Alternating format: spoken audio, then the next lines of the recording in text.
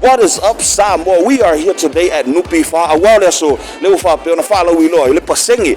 Po se fa mangu yanga foi ale Nupi Fa mo le malo tata tunu. Tolu te si male lua pasene. Le ora fa mangu ye na tunu. Le aso tonu me. Tai au la so mo mo ni la. Ia ole po yo le ato to ya lo ia tuai. Le si tonu te si male lua pasene. A fa to pe. Lua su mo miliona. What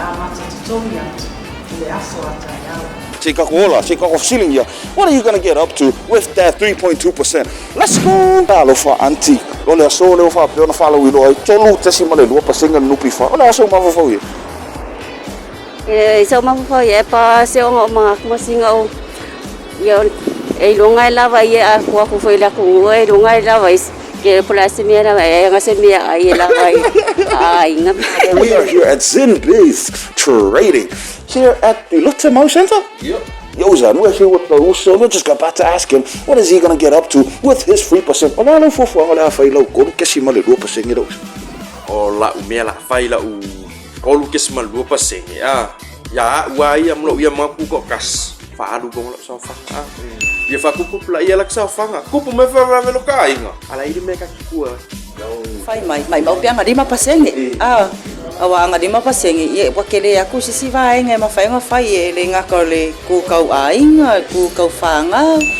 Ye ole me mo ala chi longa ye ole ase me ta we ma fai ona ma kai fo ile me aro fa mai malo. Ya lo fu fanga le ko fai di ko pasenge. Kia lo McDonald e.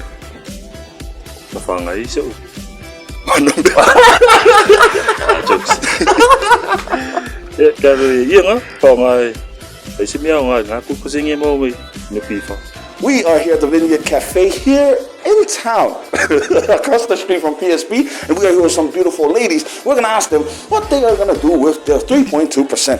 Sisters, wala lo fo nga ai mo le lo. Tolu te si mo le 2%. Pagka me ai kamaki. What an answer. Is this? Ye fangale mo me le lutsu so e kalesia ya. Alinga te foi leo so no matso ai no. Pagka me ai kamaki. Mama ko fo. Alinga ko foi lo singa me ko ko e fa ka lo skeleton.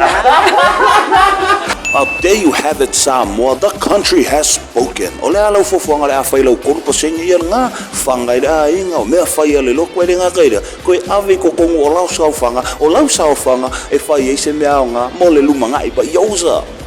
3.2% is coming out tomorrow. Don't forget to get that moolah. That is iSpy Radio's Ole Fasili. Yo, let's go.